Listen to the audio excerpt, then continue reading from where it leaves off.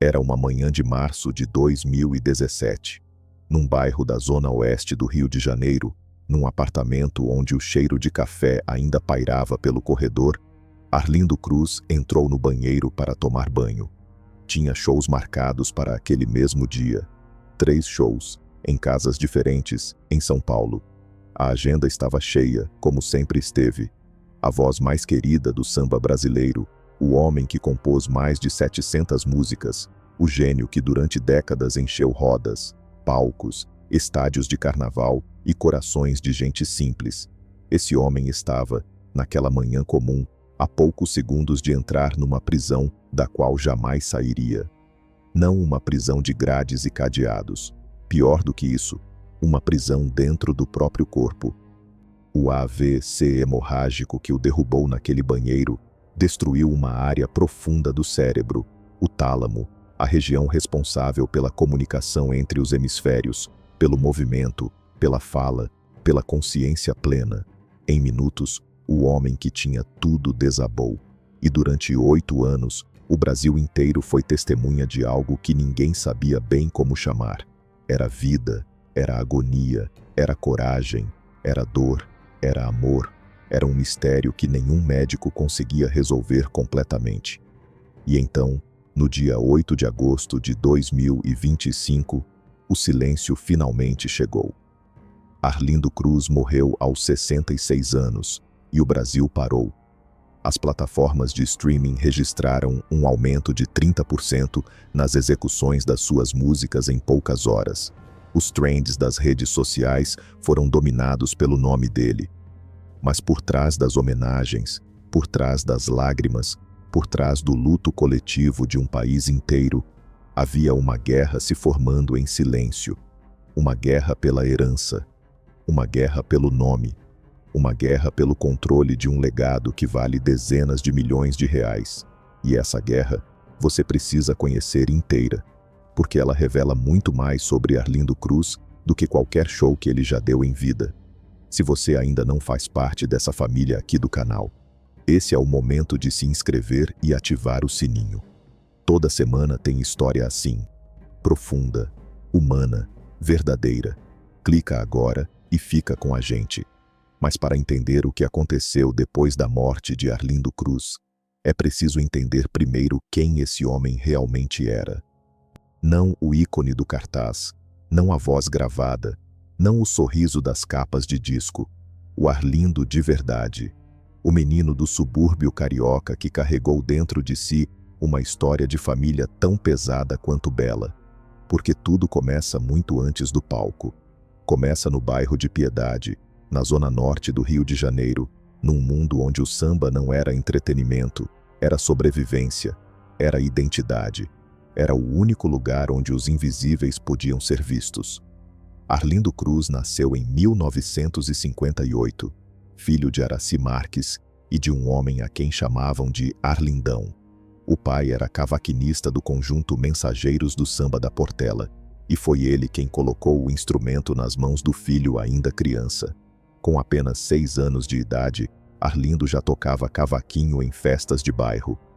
Não era uma criança prodígio no sentido clássico da palavra. Era algo mais simples e mais profundo do que isso. Era uma criança que tinha encontrado a linguagem que o mundo inteiro compreenderia. O cavaquinho era a sua forma de dizer tudo que as palavras ainda não sabiam expressar. E essa linguagem nunca mais o abandonaria. Mas a sombra que pairaria sobre a infância de Arlindo não era musical. Era policial. Era sangue. Era o lado mais sombrio do Brasil que ele conhecia. O pai, Arlindão, era um policial que integrava o temido Esquadrão da Morte. Para quem não sabe o que foi isso, o Esquadrão da Morte foi um grupo de extermínio que operou no Rio de Janeiro durante a ditadura militar, assassinando suspeitos de crimes, sem processo, sem julgamento, sem piedade. Foi o embrião das milícias que até hoje controlam partes da cidade. Em 1971, quando Arlindo tinha apenas 13 anos, o pai foi preso por envolvimento com o grupo. Passou 19 anos atrás das grades. 19 anos. Pense nisso. O menino que aprendera a tocar cavaquinho com o pai, viu esse mesmo pai ser levado e precisou encontrar outro caminho. Encontrou no samba. Encontrou num homem chamado Candeia. Candeia era o mestre, compositor, percussionista, fundador do Grêmio Recreativo de Arte Negra e Escola de Samba Quilombo. Ele era uma figura central do samba suburbano carioca, um guardião das raízes negras do gênero, numa época em que o samba já começava a ser diluído pelo mercado. E foi exatamente nessa casa, no quintal do Candeia, em Fazenda Botafogo, que Arlindo Cruz, adolescente, encontrou não apenas um substituto para o pai ausente, mas um universo inteiro. Um universo onde a negritude era celebrada, onde a sabedoria passava de geração em geração, através de acordes e improvisos, onde um menino de piedade poderia se tornar o que ele sempre sentiu que era, alguém com algo muito importante a dizer. Com apenas 15 anos, Arlindo já gravava cavaquinho no disco de Candeia. Era 1975, a carreira tinha começado, e o Brasil ainda não sabia o que estava por vir. O que o Brasil nunca imaginou é que esse mesmo garoto, criado sob a sombra de um pai preso, acolhido pelo samba como quem abraça um salva-vidas, guardava dentro de si uma contradição brutal que levaria décadas para vir completamente à superfície. A história pública de Arlindo Cruz foi sempre a de um gênio generoso, sereno, fiel, quase sagrado. A história privada era muito mais complicada do que isso, e é essa segunda história que ainda não foi contada por completo. No final dos anos 1970, enquanto o Brasil vivia sob a carapuça sufocante da ditadura e o samba precisava se reinventar para sobreviver, um grupo nasceu num clube de futebol de Olaria, na zona norte carioca, e mudou tudo. O Cacique de Ramos era mais do que um bloco carnavalesco, era um laboratório. Uma roda de samba que acontecia às quartas-feiras, onde a informalidade e o partido alto criavam uma cena musical que em poucos anos sacudiria o Brasil inteiro. E foi no Cacique de Ramos que Arlindo Cruz se formou como artista. Foi lá que ele conheceu Zeca Pagodinho, com quem firmaria uma amizade irmã que daria frutos musicais eternos. Foi lá que ele conheceu os outros integrantes do que viria a ser o Fundo de Quintal. O Fundo de Quintal chegou em 1981 como um fenômeno que a indústria fonográfica não esperava. Não eram galãs de televisão, não vinham de escolas de música, vinham do quintal, do terreiro, das rodas de madrugada, e tocavam com uma naturalidade, uma alegria e uma profundidade que desarmava qualquer pessoa. Arlindo Cruz entrou para o grupo naquele mesmo ano, assumindo o banjo que antes era tocado por seu mestre Almir Guineto. E ali, naquela posição, ele não apenas tocou, ele comandou. Sem fazer alarde, sem disputar holofotes, Arlindo se tornou o músico mais requisitado do grupo, o compositor mais prolífico, a mente que amarrava tudo. O biógrafo Marcos Salles, que o conheceu naquela época, descreveria décadas depois que Arlindo era um líder silencioso, alguém que elevava cada roda, cada ensaio, cada estúdio ao nível de algo sagrado. Foram 12 anos no Fundo de Quintal.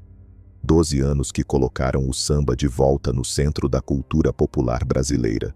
Mas o que os fãs não viam, o que as câmeras não mostravam, era o outro lado daquele palco.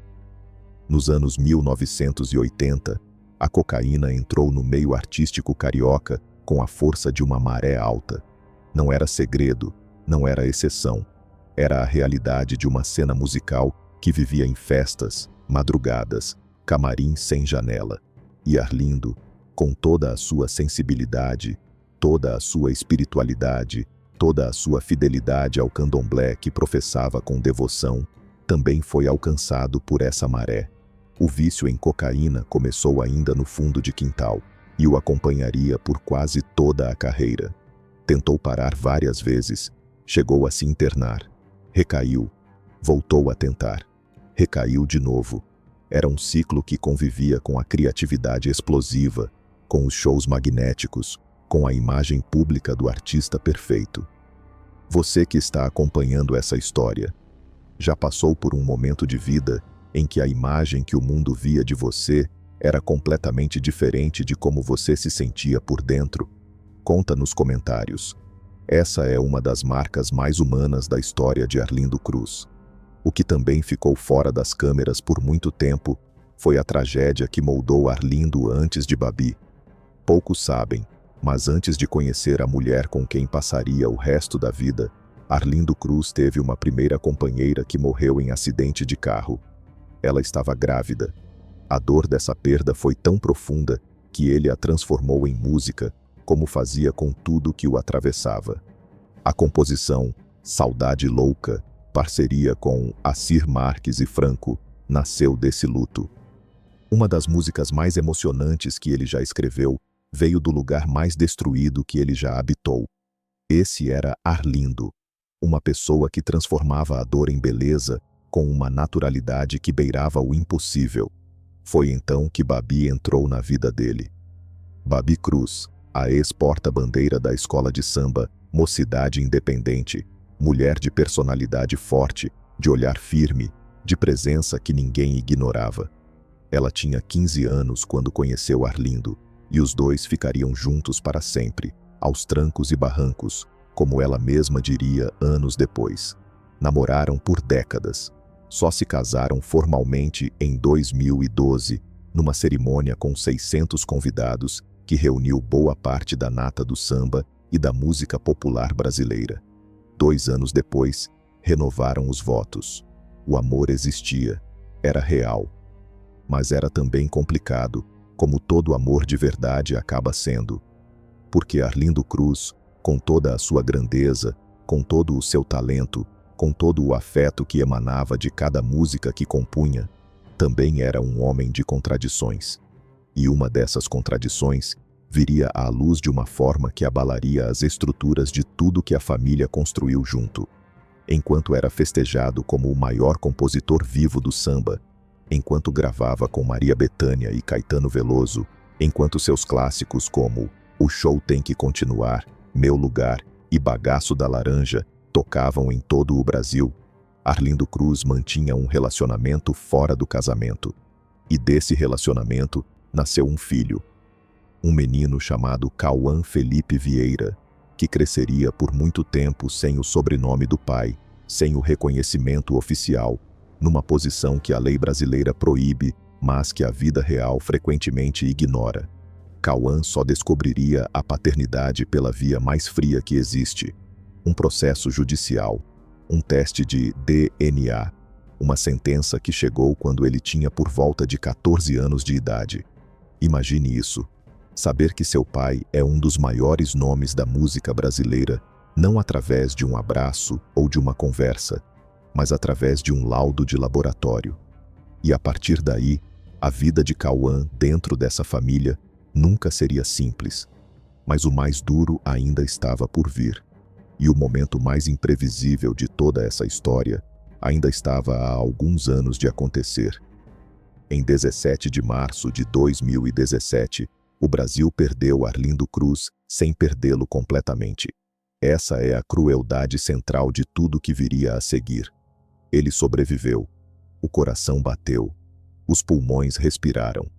Mas o homem que saiu daquele hospital, meses depois de inúmeras intervenções cirúrgicas, não era mais o Arlindo que subia nos palcos, que compunha no quintal, que gargalhava antes do microfone, que embalava plateias inteiras com a voz que o Brasil havia reconhecido como perfeita.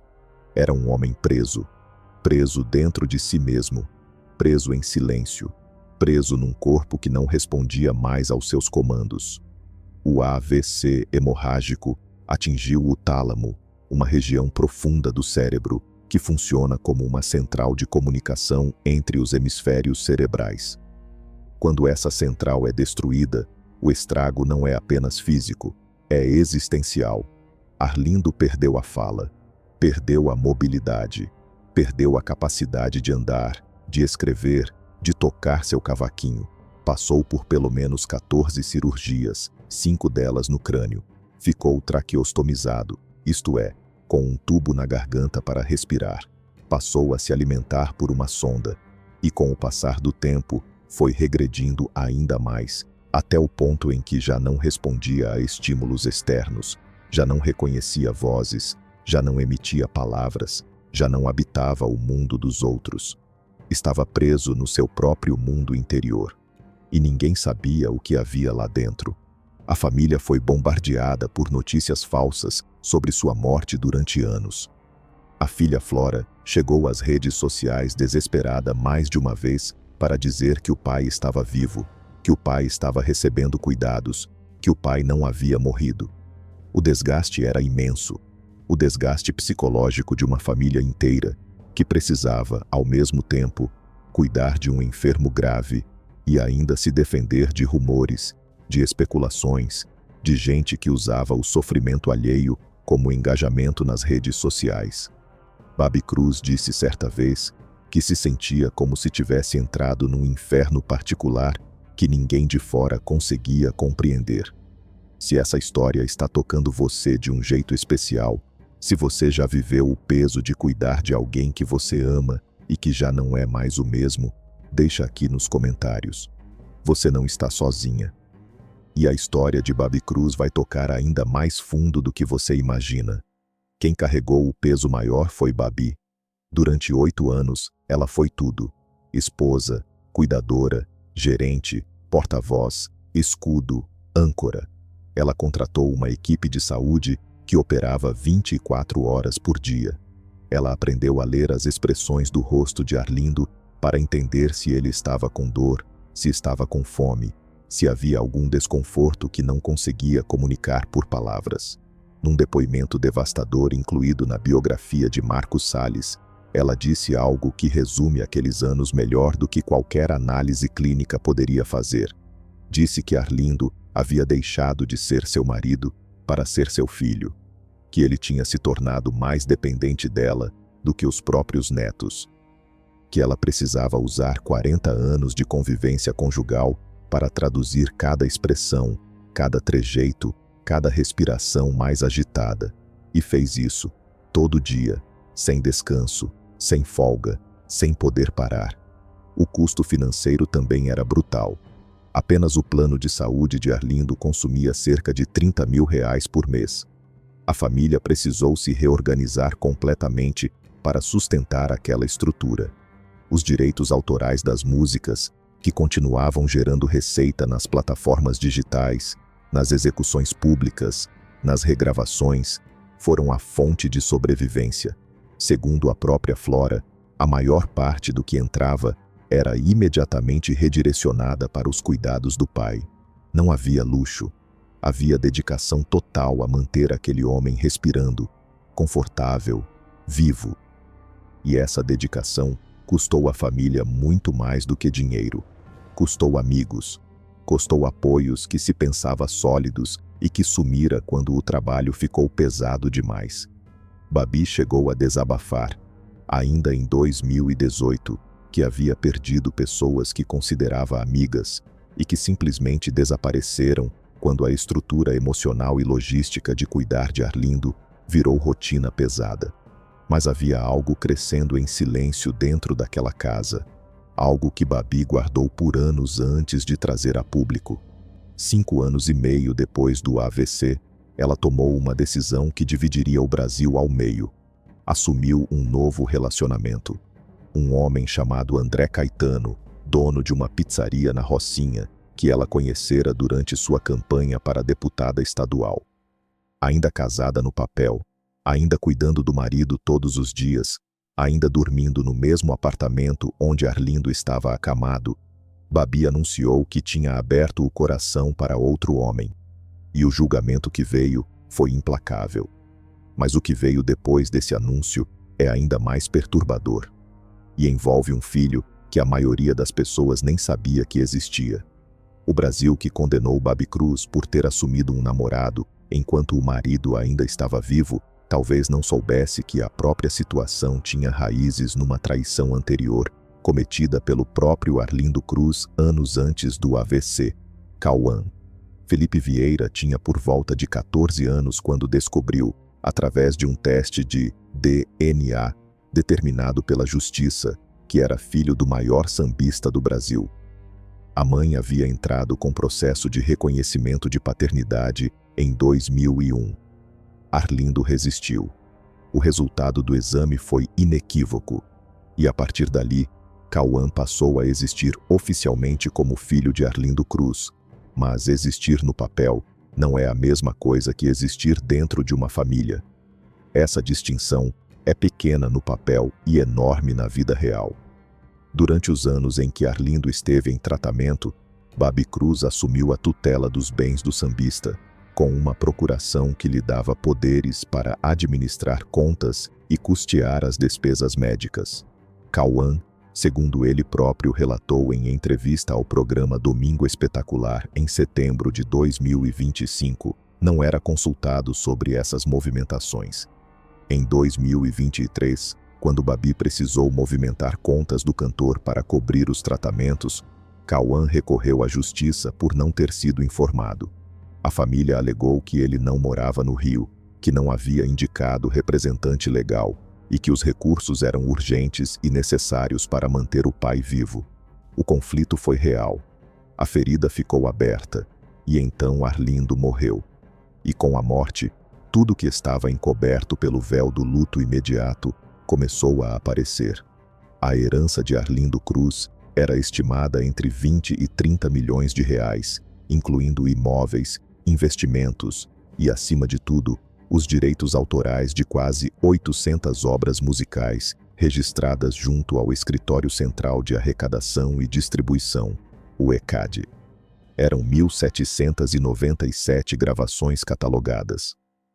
Um catálogo que seguiria gerando receita por 70 anos após a morte, conforme determina a lei brasileira.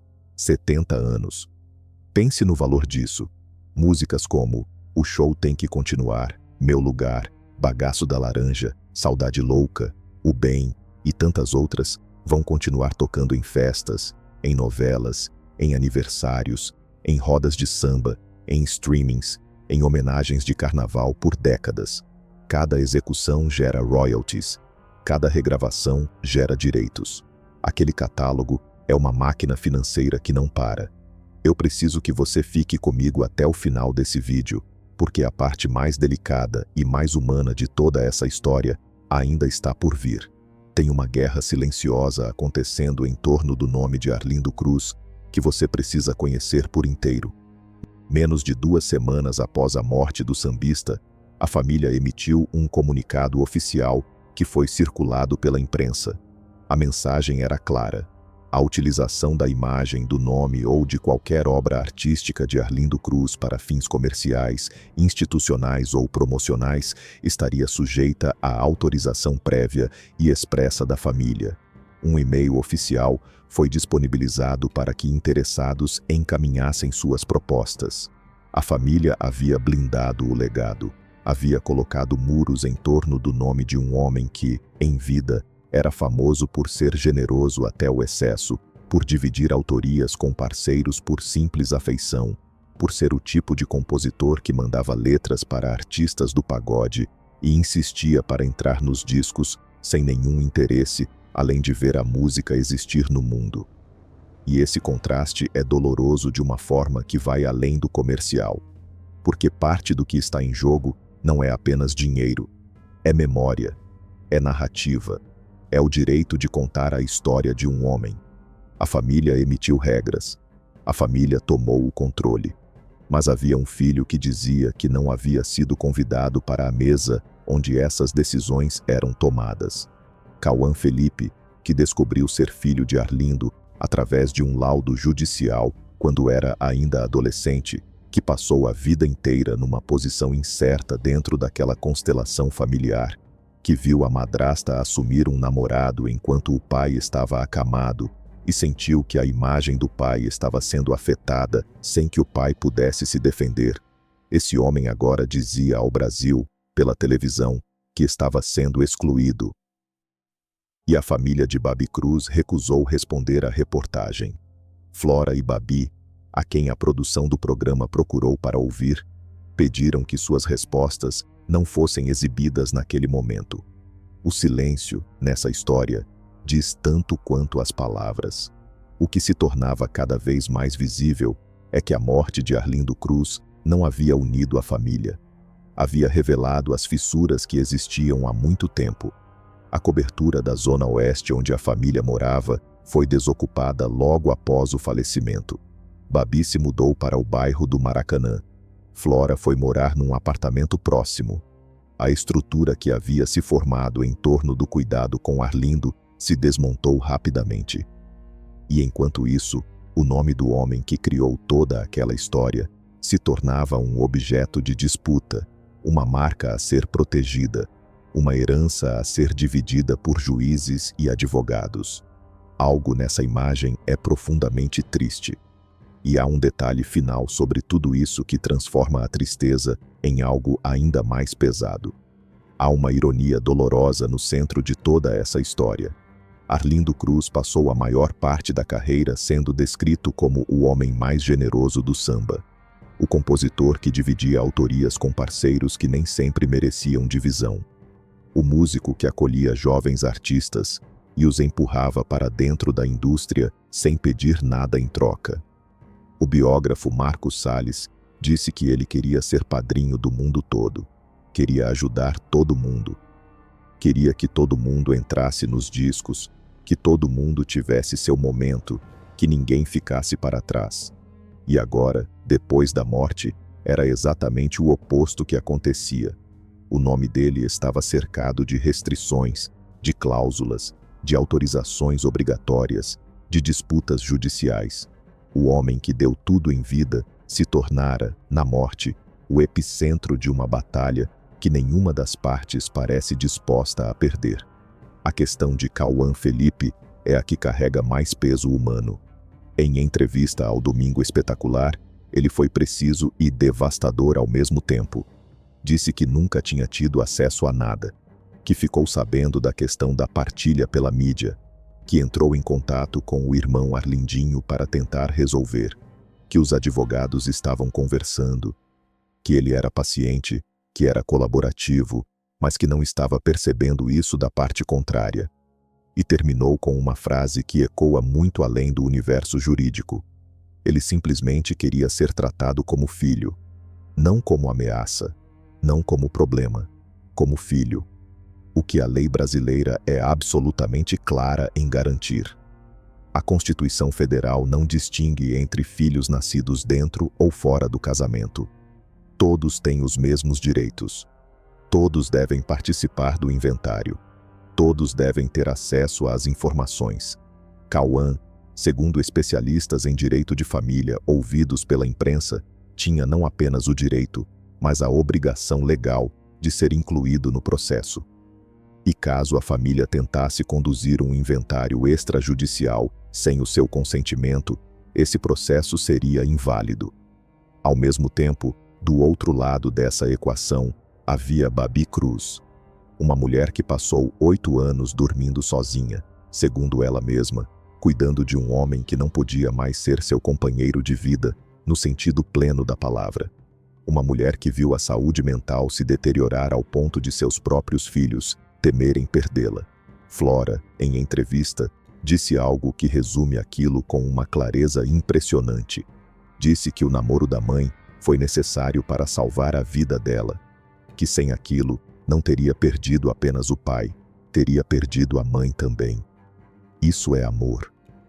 Um amor complicado, cercado de julgamento público, de críticas na internet, de pessoas que nunca passaram um dia sequer cuidando de alguém em estado vegetativo, mas que tinham muito a dizer sobre como a esposa de Arlindo deveria conduzir sua vida privada.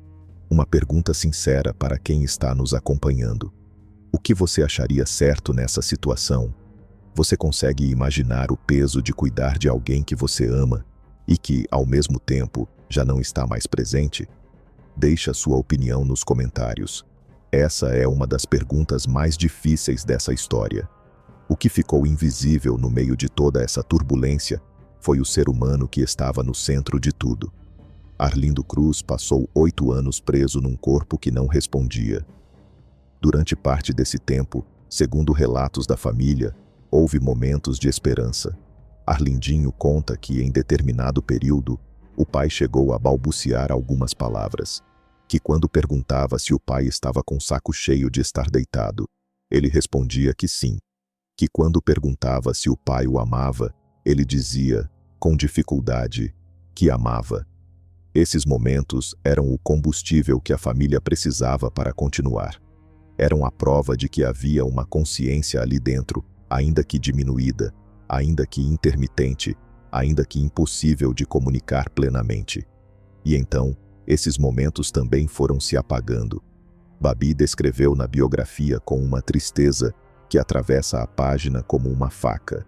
Ele havia entrado no mundinho dele, no universo dele, bem distante.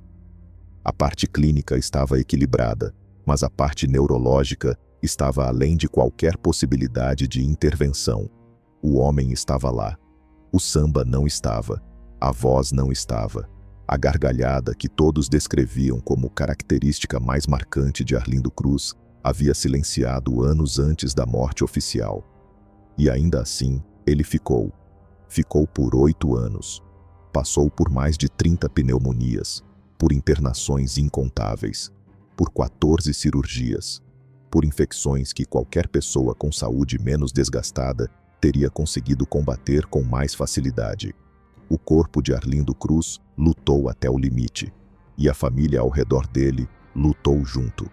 A última internação começou em março de 2025, quando ele deu entrada no Hospital Barra d'Or, na zona oeste do Rio, com pneumonia. A alta chegou a ser assinada pelos médicos em junho, mas a logística do home care atrasou a transferência. Ele voltou para o hospital dias depois, num estado em que já não respondia a estímulos. No dia 8 de agosto de 2025, a falência múltipla de órgãos levou o que restava. A família anunciou o falecimento com um comunicado que dizia que Arlindo havia sido um poeta do samba, um homem de fé, generosidade e alegria, que dedicou sua vida a levar música e amor a todos que cruzaram seu caminho. Não havia como discordar disso, mas também não havia como fingir que as horas seguintes à sua morte foram apenas de luto e homenagens, porque havia outra história acontecendo ao mesmo tempo. Uma história que vai definir para sempre o destino do legado de um dos maiores artistas que o Brasil já produziu. A morte de Arlindo Cruz abriu algo que o Brasil não estava completamente preparado para ver. Abriu a questão do que acontece com a alma de um artista quando o artista não pode mais falar por si mesmo. Quando o nome, a voz, a imagem e as músicas de alguém se tornam patrimônio, deixam de pertencer apenas ao coração de quem as amava e passam a ser tratados como ativos, como propriedade, como território a ser demarcado. A família de Arlindo Cruz agiu rápido. 12 dias após a morte, o comunicado estabelecendo as regras de uso de imagem, nome e obra já estava publicado. A Arlindo Cruz Produções, empresa que gerencia o legado, passou a operar como guardiã oficial. E toda homenagem, toda regravação, toda aparição comercial do nome ou da face do sambista passou a precisar de autorização expressa. Do ponto de vista legal, isso é completamente compreensível. É recomendado até. A lei brasileira protege o direito autoral por 70 anos após a morte do autor. A família tem não apenas o direito, mas a responsabilidade de zelar pela integridade do uso daquele nome. Advogados ouvidos pela imprensa foram unânimes. Sem controle, o nome de Arlindo Cruz poderia ser associado a produtos, marcas, eventos e discursos que teriam sido a última coisa que ele desejaria em vida. Até mesmo homenagens no carnaval, o ambiente onde Arlindo mais viveu e mais se expressou, passam agora a exigir uma consulta prévia. Isso é o samba sendo tratado como um negócio. E é também o único jeito que o samba tem de sobreviver num mundo onde tudo pode ser copiado, distorcido e monetizado sem cerimônia. Mas o que essa história mostra, no seu aspecto mais nu, é que o legado de um artista não pertence apenas à família biológica, pertence ao Brasil. As músicas de Arlindo Cruz não são apenas canções, são documentos de uma época, registros de uma forma de ver o amor, a saudade, o cotidiano carioca, a espiritualidade negra, a alegria suburbana. São, no sentido mais profundo da palavra, cultura, e a tensão entre proteger essa cultura e deixá-la circular livremente, como o próprio Arlindo sempre fez em vida, é uma tensão que não vai se resolver com um único comunicado. A batalha pelo inventário segue indefinida. Cauã. Felipe continua aguardando que seus direitos sejam reconhecidos na prática, não apenas no papel.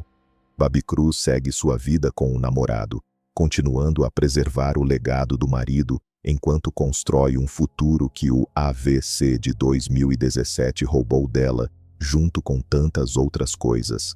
Arlindinho, que lançou com o pai o último disco gravado antes do AVC, um projeto chamado Pagode 2 Arlindos, segue carregando um peso que ele próprio descreveu como imenso, o peso de ser filho de um gênio e de nunca poder ser nem 10% do que o pai foi. Flora Cruz, que foi do reality A Fazenda direto para o luto do pai, disse que está perdida, sem chão.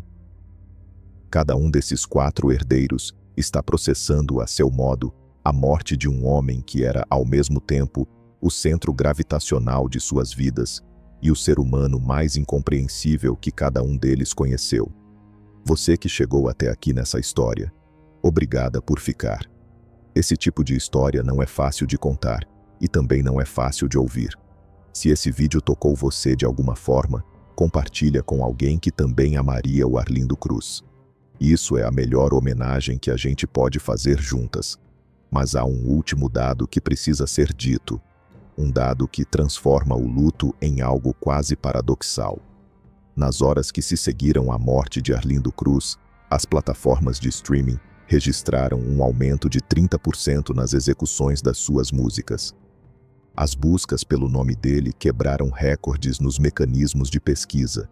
Pessoas que talvez não soubessem nem o nome completo dele foram buscar O Show Tem Que Continuar no Spotify, foram buscar Meu Lugar no YouTube, foram buscar quem era aquele homem de quem todo mundo falava com aquela reverência quase religiosa e descobriram, e se emocionaram, e entenderam.